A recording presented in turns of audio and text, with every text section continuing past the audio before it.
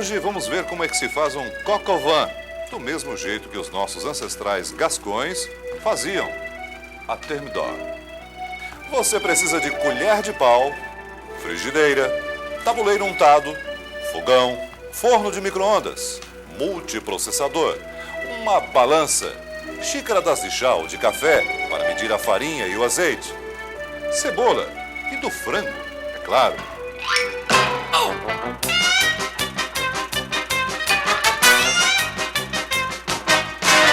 Misture tudo e cozinhe bem o frango. O molho você pode fazer no micro-ondas também, com cebola, farinha e manteiga. Tinha esquecido de dizer que precisa de manteiga também.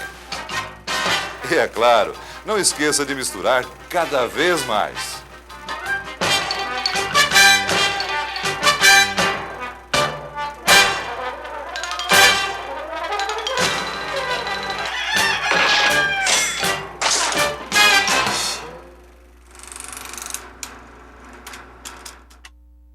Você sabe que seu laboratório não é uma cozinha. Mas para evitar situações como a que você acabou de ver, é preciso saber como lidar com cada um dos equipamentos disponíveis.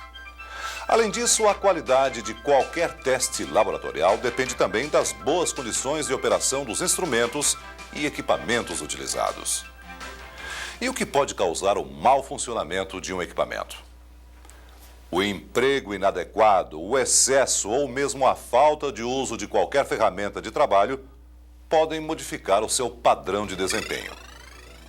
Para manter os equipamentos de seu laboratório funcionando corretamente, você precisa saber como eles são operados, que cuidados devem ser observados na sua conservação e fazer o acompanhamento constante de suas condições de funcionamento. A utilização de equipamentos de laboratório requer atenção especial em função das características específicas de cada um deles. No entanto, algumas recomendações devem ser observadas. Mantenha os manuais de instrução do fabricante de cada equipamento em local de fácil acesso para consulta quando necessário. Siga sempre as recomendações de uso. A limpeza, a conservação e a manutenção devem ser feitas por pessoal treinado e de forma periódica. Quando não estão em uso, os equipamentos de laboratório devem ser cobertos com tecidos que não soltem fibras, pois estas podem interferir no seu mecanismo de funcionamento. Essas capas também não podem ser de plástico, porque este material favorece a oxidação e o crescimento de fungos. Na instalação de equipamentos eletroeletrônicos, não utilize o mesmo ponto de eletricidade para mais de um equipamento. Todos os equipamentos elétricos devem ser desligados da tomada antes de procedimentos de limpeza e manutenção. Na ocorrência de acidentes com material biológico em qualquer equipamento, faça a desinfecção com um pano umedecido em álcool etílico a 70%. Bem, neste programa da série Telelab, você vai conhecer as técnicas de utilização de alguns instrumentos e equipamentos de seu laboratório. Vai acompanhar os procedimentos indicados para monitorar alguns equipamentos, assegurando a precisão esperada. Vai ver ainda como registrar os dados do monitoramento para fazer análise do desempenho de suas ferramentas de trabalho. Veja no próximo bloco: balanças, pipetas e termômetros.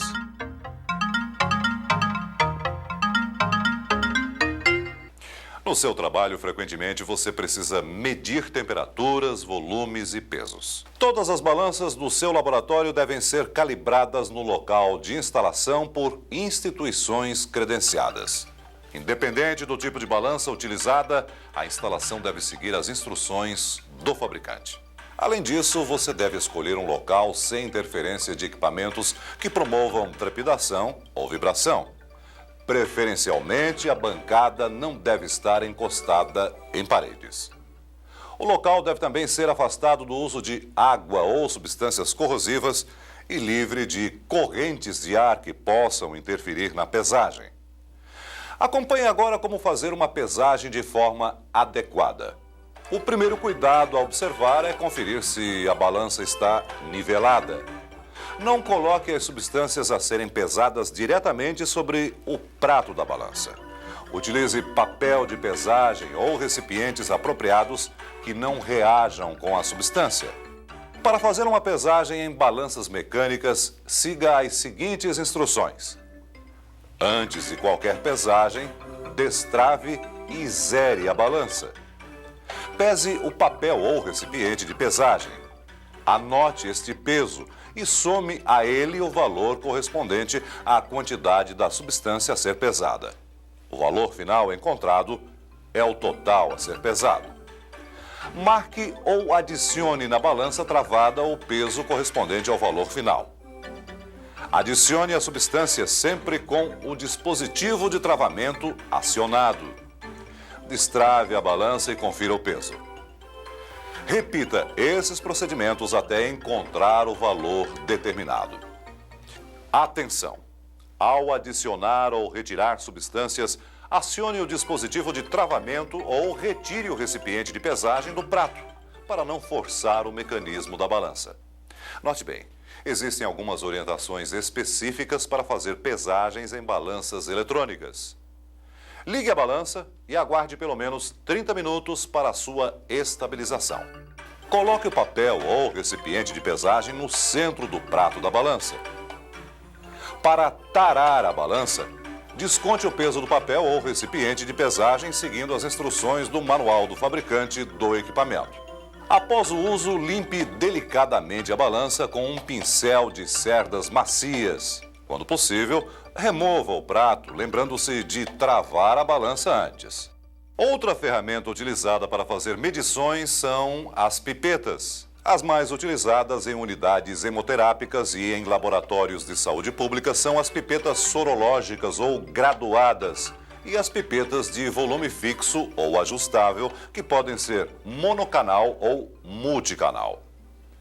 Problemas de pipetagem são fontes comuns de erro em práticas laboratoriais, e esses problemas podem ser causados pela falta de ajuste do equipamento ou de cuidados de conservação, por falha na técnica de pipetagem ou por erro na escolha da ponteira adequada. As pipetas graduadas são instrumentos de vidro ou plástico usados para medir volumes variáveis. Essas pipetas são menos precisas do que as de volume fixo ou ajustável. Veja como utilizar pipetas graduadas. Inicialmente, verifique se as extremidades não estão quebradas. Aspire o líquido até o volume selecionado. Faça o ajuste do menisco com a pipeta na altura dos olhos. Jamais pipete com a boca.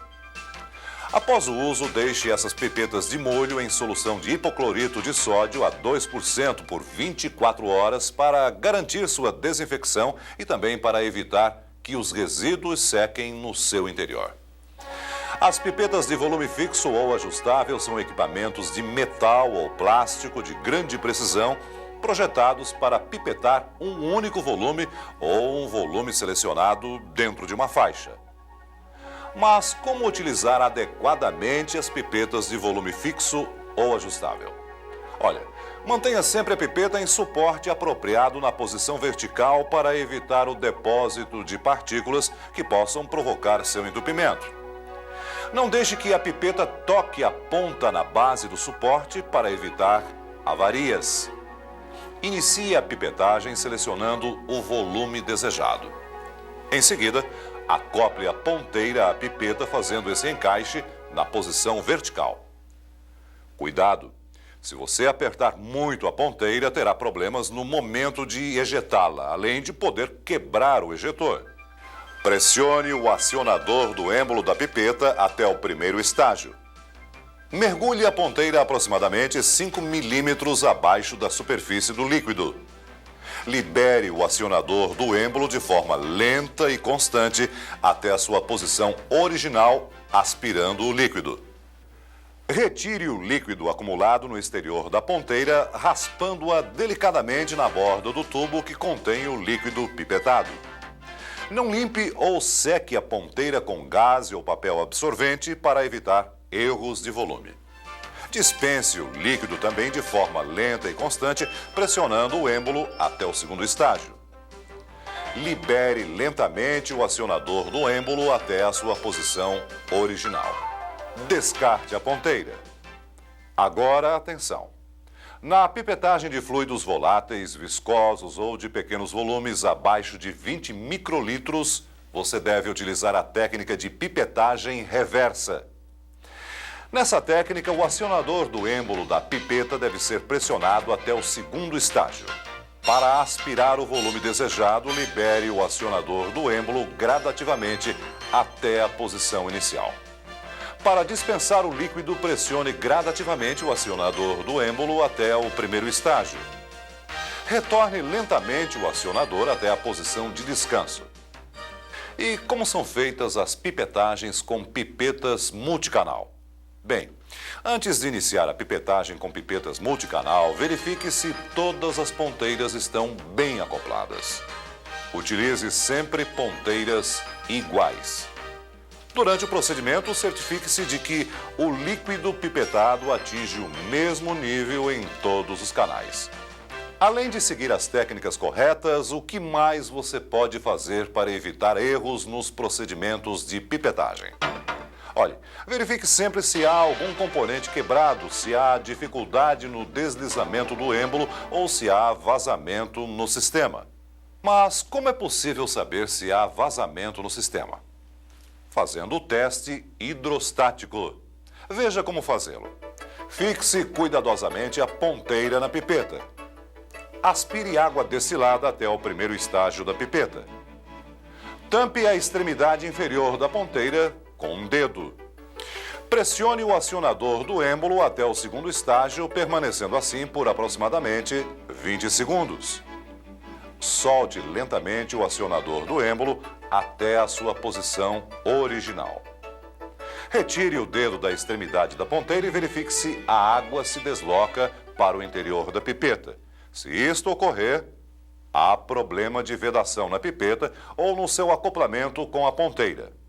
As pipetas que apresentem problemas de vedação devem ser descontaminadas e encaminhadas para manutenção. Acompanhe agora como é feita a calibração de pipetas. Esse procedimento determina se o volume aspirado por uma pipeta está de acordo com o esperado. A calibração de instrumentos que medem volume é feita com o auxílio de balanças. Mas como isso é feito? Bom, o volume pode ser determinado dividindo-se o peso ou massa da água aspirada por sua densidade. O seu manual Telelab apresenta uma tabela com a variação da densidade absoluta da água destilada de acordo com a temperatura. Antes de iniciar a calibração, você deve fazer o teste hidrostático da pipeta, tomando o cuidado de anotar a temperatura da água destilada a ser utilizada. Com pipetas de volume variável, selecione o volume a ser calibrado. Com a ponteira devidamente acoplada, aspire o volume de água selecionado e pese esse volume numa balança com precisão de pelo menos 3 casas após a vírgula, tomando nota do valor encontrado. Lembre-se de seguir o correto procedimento de pesagem. Repita esse procedimento 4 vezes, sempre anotando o valor encontrado e calculando o volume de água pipetado. O seu manual Telelab tem uma tabela com os limites de tolerância aceitáveis. Se os valores encontrados não estiverem dentro desses limites, a pipeta não está ajustada e deve ser encaminhada à manutenção corretiva. Existe um outro instrumento de medição muito utilizado em laboratórios: o termômetro. O controle da temperatura é de extrema importância no ambiente do laboratório, na realização de ensaios e também na conservação de substâncias. Por isso, o monitoramento de alguns equipamentos, como termoblocos, incubadoras, geladeiras e congeladores, exige a utilização de termômetros específicos, como os de máxima e mínima e os termômetros de leitura pontual ou instantânea. E para que são utilizados os termômetros de leitura pontual ou instantânea? Bem, os termômetros de leitura pontual ou instantânea medem a temperatura em um dado momento e são úteis no monitoramento de equipamentos. A sua precisão varia conforme o tipo do termômetro. E para que são utilizados os termômetros de máxima e mínima? Esses termômetros indicam as temperaturas máxima e mínima ocorridas em um determinado período. São utilizados para controle da temperatura ambiente do laboratório e no monitoramento de equipamentos como congeladores, geladeiras e estufas.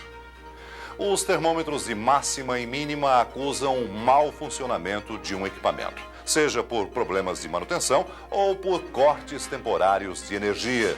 Mas como se faz a leitura em termômetros de máxima e mínima? Esses termômetros possuem duas colunas. Uma indica a temperatura máxima e a outra a temperatura mínima. Para fazer a leitura, observe os indicadores em cada coluna. Leia a temperatura indicada na parte inferior de cada indicador. Lembre-se que, após a leitura, os indicadores devem ser trazidos de encontro à coluna para que ele possa registrar as temperaturas máxima e mínima de um novo período. Para o monitoramento de equipamentos, independente do tipo de termômetro utilizado, você deve seguir as seguintes recomendações. Utilize um termômetro exclusivo para cada equipamento. Os termômetros que são usados em estufas, geladeiras e congeladores devem ser instalados com o bulbo imerso em uma solução de água e glicerol a 10% volume a volume para manter a temperatura estável. O seu manual Telelab relaciona outras medidas que devem ser adotadas na utilização de termômetros, inclusive na calibração deles, que precisa ser feita com um termômetro de referência, certificado e validado anualmente por um laboratório da Rede Brasileira de Calibração. Veja a seguir como utilizar e conservar homogeneizadores de bolsas de sangue e agitadores de plaquetas.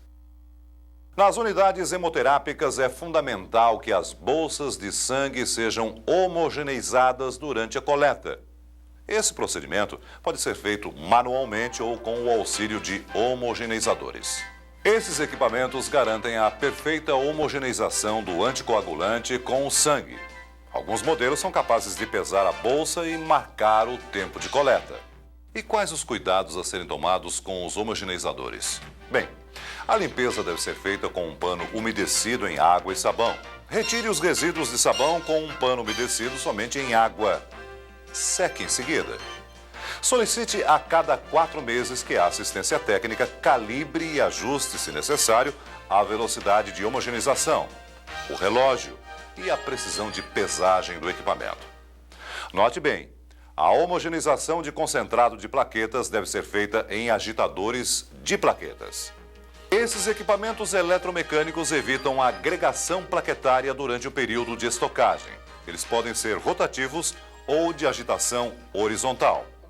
Quando utilizar agitadores de plaquetas, lembre-se que os concentrados de plaquetas devem ser mantidos sob agitação a uma temperatura entre 20 e 24 graus Celsius. Se estiver usando agitadores rotativos, certifique-se de seu travamento.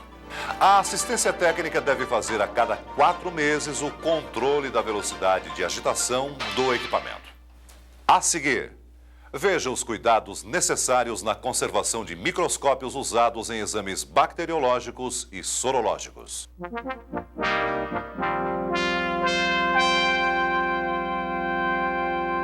Os microscópios ópticos ampliam imagens através de um sistema de lentes composto por uma objetiva e uma ocular. A capacidade de ampliação de um microscópio é determinada multiplicando-se a resolução da objetiva pela da ocular.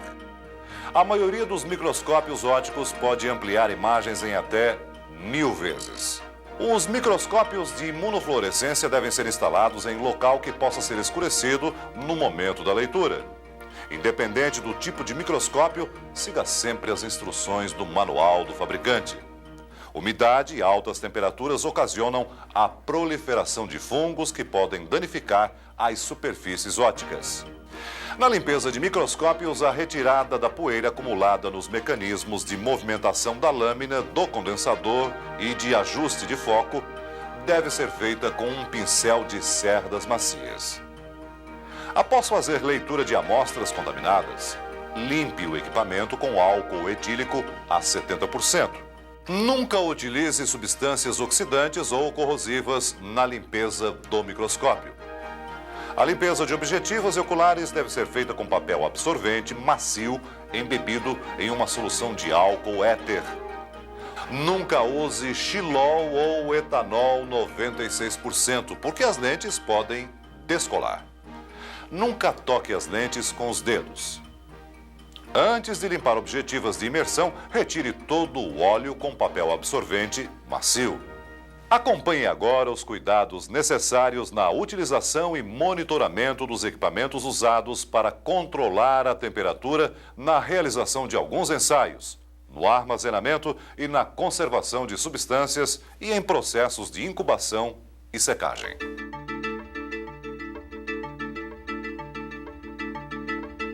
Em alguns procedimentos executados em seu laboratório, você precisa manter a temperatura sob controle rigoroso. Por exemplo, os banhos-maria e os termoblocos servem para manter constante a temperatura necessária em alguns ensaios. E quais os cuidados necessários para garantir o bom funcionamento dos banhos-maria?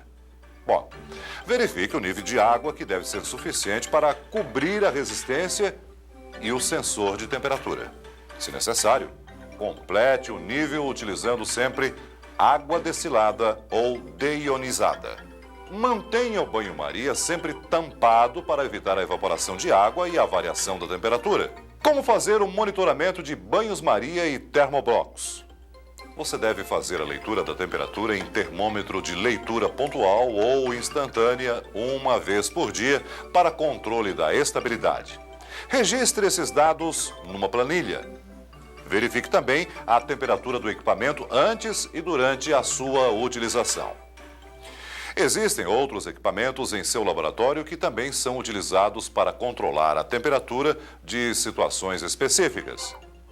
As estufas bacteriológicas são usadas no cultivo de micro-organismos e na incubação de reações. Já as geladeiras e os congeladores mantêm a temperatura adequada para o armazenamento de reagentes, amostras, sangue e hemocomponentes.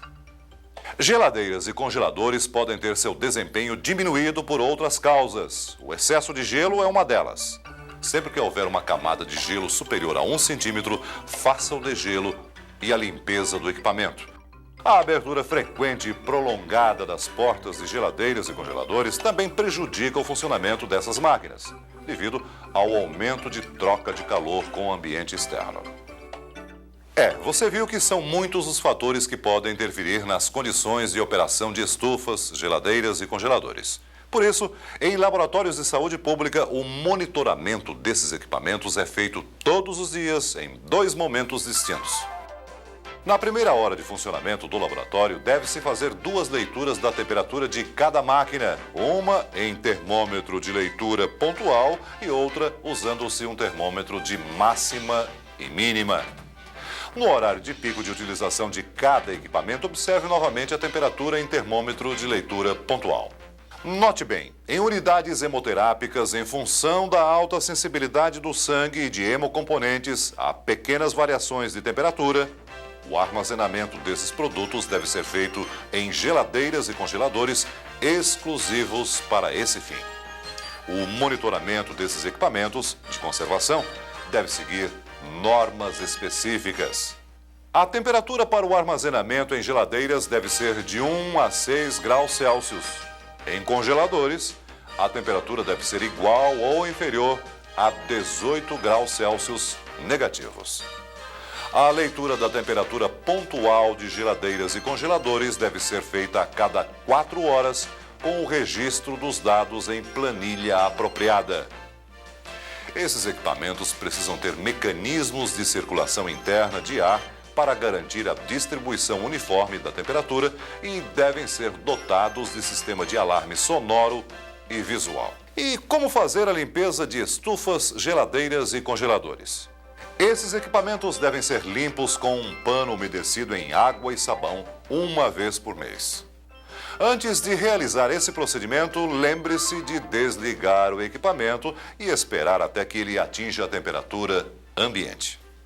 Acompanhe agora como utilizar as autoclaves para esterilização por vapor úmido.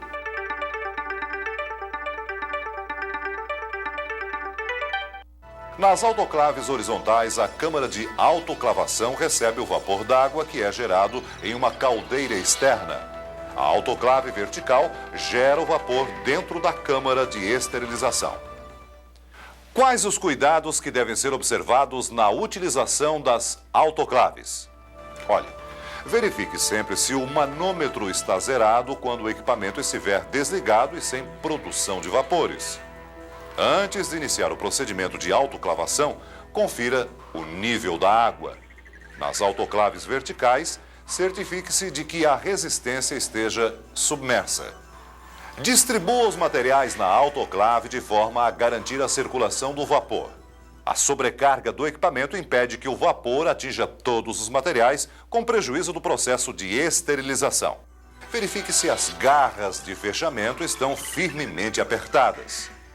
Nunca abra a autoclave antes do seu total resfriamento. Mantenha a válvula de exaustão de vapores aberta por pelo menos 15 minutos após o início da fervura, para garantir a total eliminação do ar residual. Deve-se trocar a água das autoclaves verticais uma vez por semana. Reserve uma autoclave exclusivamente para a esterilização de material contaminado. A eficiência dos processos de autoclavação em qualquer tipo de equipamento pode ser avaliada através de um controle biológico. Veja no seu manual Telelab quando e como esse controle é feito. Atenção! A adoção de princípios de biossegurança na execução de todos os procedimentos que você acabou de ver é de suma importância.